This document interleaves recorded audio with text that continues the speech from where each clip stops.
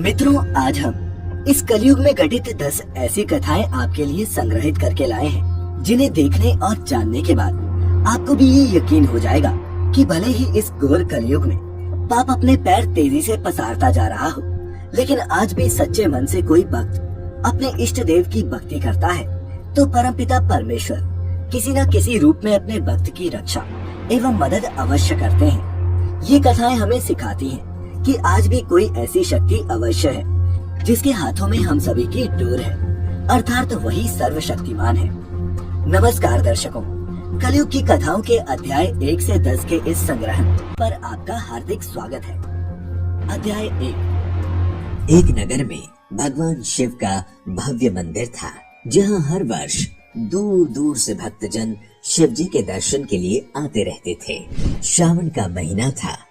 दूर दूर से कांवड़िए कांवड़ लेकर भगवान शिव को जलाभिषेक करने आए हुए थे। मंदिर का परिसर भक्तों की भीड़ से भरा हुआ था।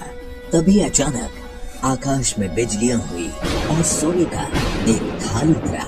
उसी के साथ एक भविष्यवाणी हुई कि जो कोई भगवान शंकर का सच्चा भक्त और प्रेमी होगा, उसी को ये थाल मिलेगा। मंदिर के परिसर में उपस्थित सभी लोगों ने ये भविष्यवाणी सुनी। धीरे धीरे सभी इकट्ठे हो गए। जो लोग मंदिर की व्यवस्था देखते थे, उन्हें तो पूरा विश्वास था कि ये थाल हमें ही मिलेगा।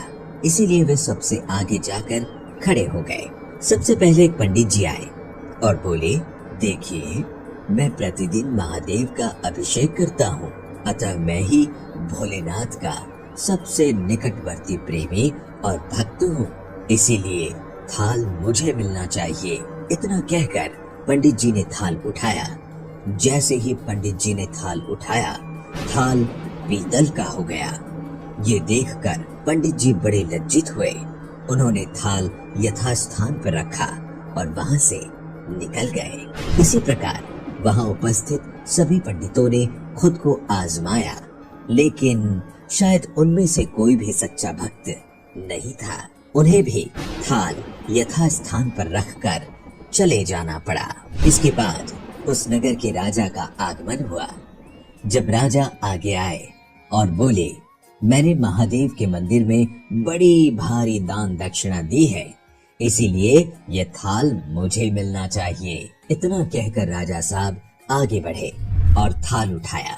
जैसे ही राजा ने थाल उठाया, थाल तांबे का हो गया। ये देखकर महाराज भी लज्जित हुए और थाल यथास्थान पर रखकर एक तरफ खड़े हो गए।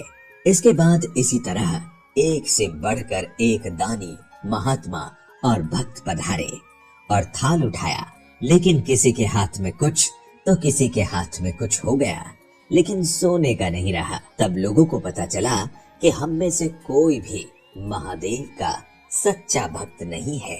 उसी समय एक किसान का आगमन हुआ। वो बेचारा महीनों बाद आज चातुर्मास के सोमवार के शुभ अवसर पर शिव जी के दर्शन करने आया था। गरीबी और गृहस्थी के बोझ तले दबा दिन रात खेतों में मेहनत मजदूरी करके अपना और अपने परिवार का गुजारा करता था। अभी रास्ते में ही आ ही रहा था कि कोई भिखारी मिल गया और कुछ खाने को मांगने लगा। इस किसान को दया आ गई। अपने खाने के लिए जो खाना लाया था, वो उसने उस भिखारी को दे दिया।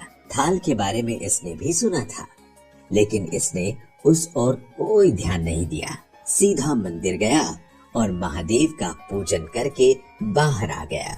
परिक्रमा करके जब वो जाने लगा, तभी पीछे से एक व्यक्ति बोला, भाई, तुम भी थाल उठाकर देख लो, हो सकता है तुम ही वो सच्चे भक्त हो जिसके लिए ये थाल आया है।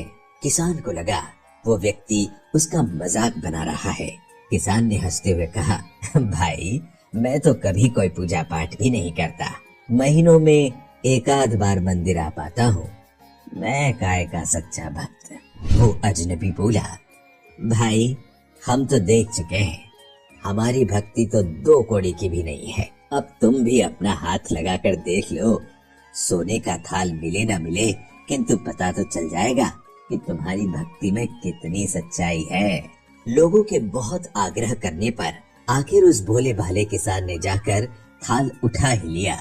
जैसे ही उसने थाल उठाया, लोगों के आश्चर्य का ठिकाना नहीं रहा। सोने का थाल रोशनी से चमचमाने लगा।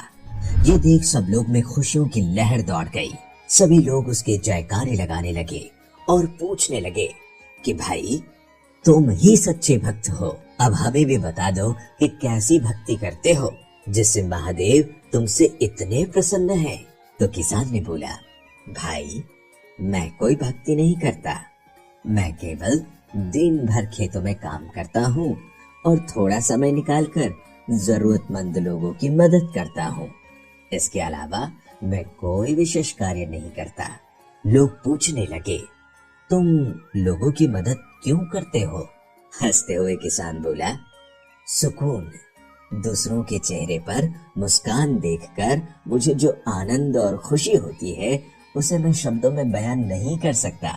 शायद यही कारण है कि महादेव मुझसे खुश हैं। इसीलिए मित्रों, हमेशा याद रखें, सत्कर्म का आरंभ भी आनंद से होता है और अंत भी आनंददायक होता है। दुष्कर्म का आरंभ भी दुख से होता है और अंत भी दुखदायक होता है।